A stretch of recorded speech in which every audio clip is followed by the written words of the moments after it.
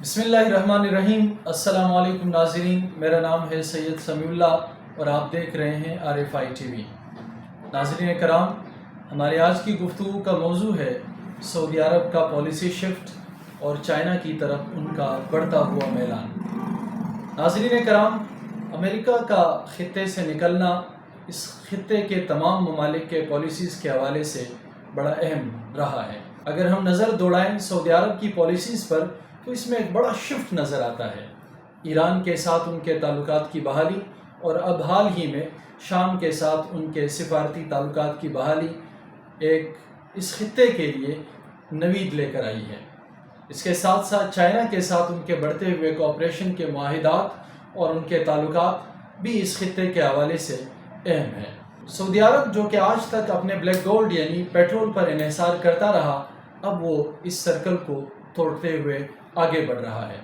ایک بڑا شہر، نیوم سٹی، جدید شہر جو بسانے جا رہا ہے، اس میں چائنا کی انویسٹمنٹ ایک ہیوج انویسٹمنٹ ہے۔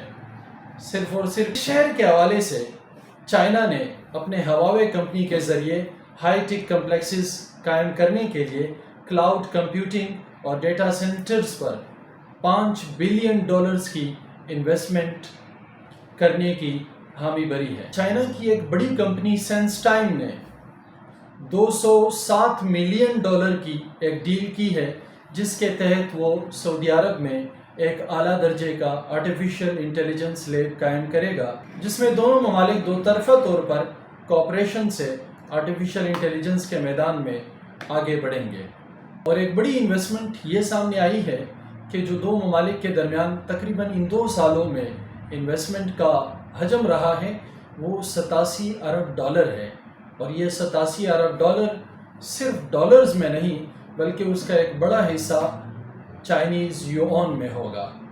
اس کے ساتھ ساتھ بیلٹ اینڈ روڈ انیشیٹو جو چائنا یقیناً مستقبل میں مشرق وسطیٰ کی طرف پھیلانے جا رہا ہے، اس میں سعودی عرب ایک اہم پارٹنر کا کردار ادا کرنے کا خواہش مند ہے۔ ناظرین کرام، نہ صرف چائنا بلکہ سعودی عربیہ نے یوکرین اور رشیا کے معاملے میں بھی ایک بڑا متوازن کردار ادا کیا ہے۔ سعودی فورن منسٹر نے حال ہی میں پہلے یوکرین کا اور پھر 9 مارچ کو رشیا کا دورہ کیا ہے اور اس بات کا اعلان کیا ہے کہ وہ اس خطے میں امن کے قیام کے لیے اپنی کوششیں بروئے کار لائیں گے۔ ایک طرف ہم دیکھ رہے ہیں کہ سعودی عربیہ، چائنا، رشیا، ایران، شام کے ساتھ اپنے تعلقات کی بہتری کی راہ پر گامزن ہے، تو دوسری طرف ترکی کے ساتھ بھی ان کے تعلقات بہتری کی طرف جا رہے ہیں۔ نہ صرف ترکی بلکہ سعودی عربیہ ہمارے پڑوسی بھارت کے ساتھ بھی اچھے تعلقات کی راہ پر گامزن ہے۔ ان کے ساتھ بھی ان کے دو طرفہ تعلقات معیشت، سائنس اینڈ ٹیکنالوجی اور ایگریکلچر کے حوالے سے فروغ پا رہے ہیں۔